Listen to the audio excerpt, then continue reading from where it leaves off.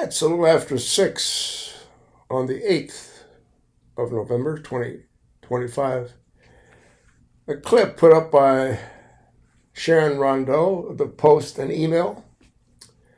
Title: Arpaio connects unnamed Dem president to fake government documents. I wonder which unnamed Dem president he's referring to. He only spent about 5 years of his life trying to prove it. November 7, 2025. On Thursday evening, former Maricopa County Sheriff Joseph Arpaio wrote on X that despite the considerable number of deportations and arrests of illegal aliens, particularly those having committed violent crimes, an epidemic persists in which illegals are using fake documents, government documents, and stolen Social Security numbers. You mean like the one that Obama has from Connecticut? You mean like that fake number? We should be arresting all those violators of the law, like I did for 24 years as sheriff, Arpaio added. Why not? It is because a certain Dem president would be arrested if we did. Again, he's referring to Barack Hussein Obama. As the Post and Email has reported, Arpaio launched a criminal investigation into an image purported to represent the long-form birth certificate of Barack Hussein Obama II, allegedly obtained from the Hawaii Department of Health in April of 2011, and uploaded to the White House website to ostensibly prove Obama was born in the United States. It was the current president, Donald J. Trump, who in late 2010 began a constant drumbeat of questions regarding Obama's constitutional eligibility to serve in the nation's highest office, following public reporting that he was born in Indonesia, Kenya, or another foreign country. You know who got Trump on that bandwagon? I did. I called a woman named Rona Graff, Graff, who was his administrative right hand at that time. And I told her that Donald Trump can end this madness by proving that Obama wasn't eligible to hold office. And she said, how's that? I said, if he puts $5 million into a Swiss bank account and gives it to anyone that comes forward and provides undeniable proof that Obama wasn't eligible, and they would receive the funds without having to identify who they are for obvious reasons, to protect their lives and their identity. I sent her a follow-up email explaining exactly how she could, or he could go about doing exactly that. About a week later, there was a press announcement going to be held at the Trump Tower. I said, he's going to do it. I turn on the TV, and he starts talking about $5 million.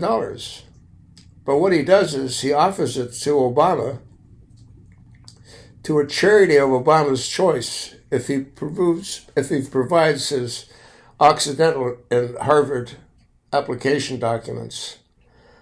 And I knew he wouldn't do that.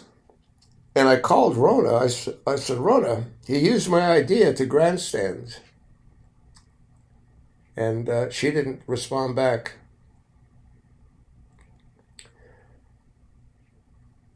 In 2008, article from the Washington Post uniquely claims Obama grew up in the Kansas heartland. Article 2, Section 1, Clause 5 of the U.S. Constitution requires the president to be a natural-born citizen. The framers, however, did not define the term, and various scholars and analysts have led to differing interpretations. Some believe natural-born citizen signifies a person born in the United States without respect to his or her parents' citizenship or status, while others insist the term applies only to a subset of Americans born within the country to parents who themselves are citizens at the time of birth, which makes perfect sense.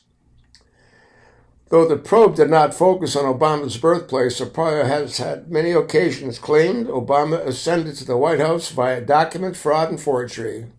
In July, he began commenting on investigations, frequently referring to Obama as illegitimate.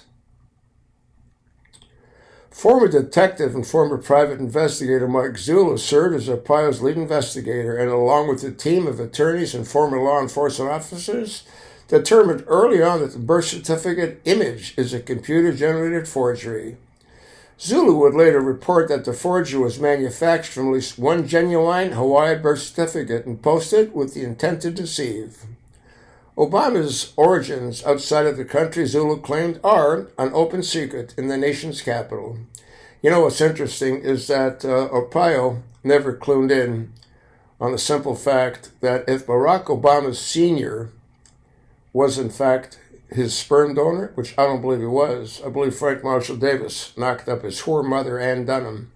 But if Barack Obama Sr. was his sperm donor, he's not eligible to hold office because the British Act of 1948 says that any offspring born to a British subject are themselves British subjects, which would have made Barack Obama a British subject. But they never picked up on that. As the Post and email discovered conclusively in August through a FOIA request, the FBI has not probed the Obama birth certificate image. Of course they're not going to probe it. You ever hear the expression, who are you going to go to? Huh? I coined that as well as I coined Big Mike. There's no one to go to. And Arpaio's right. Obama was not born in Hawaii. He was born in Kenya to that whore, Ann Dunham. And they can prove all of this. They know where Frank Marshall Davis is buried. They know where Barack Obama Sr. is buried.